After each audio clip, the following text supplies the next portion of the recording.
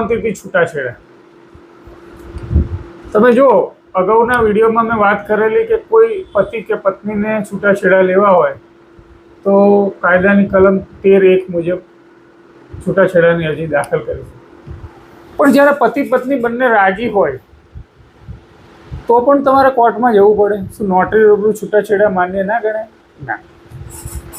છૂટાછેડા મેળવવા માટે જો બંને પતિ પત્ની ઈચ્છે તો બંને પતિ પત્ની નામદાર કોર્ટમાં સંમતિથી અરજી દાખલ કરી શકે અને એને લાગુ પડે છે હિન્દુ લગ્ન અધિનિયમ 1955ની કલમ 13B, એટલે કે પરસ્પર સંમતિથી છૂટાછેડા.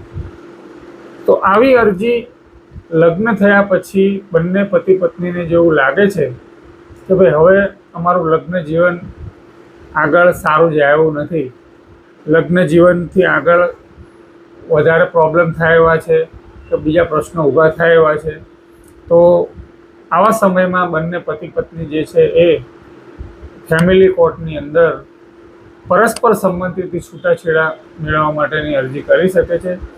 અને ફેમિલી કોર્ટના ન્યાયાધીશને જજ સાહેબને એવું યોગ્ય લાગે કે ભાઈ બંને વ્યક્તિઓ પરસ્પર સંમતિથી છૂટાછેડા લેવા માંગે છે તો કાયદેસર રીતે કોર્ટ પ્રક્રિયા કરીને નામદાર જજ દ્વારા બંનેને પરસ્પર સંમતિથી છૂટાછેડાનું હુકમનામું કરી આપવામાં આવે છે.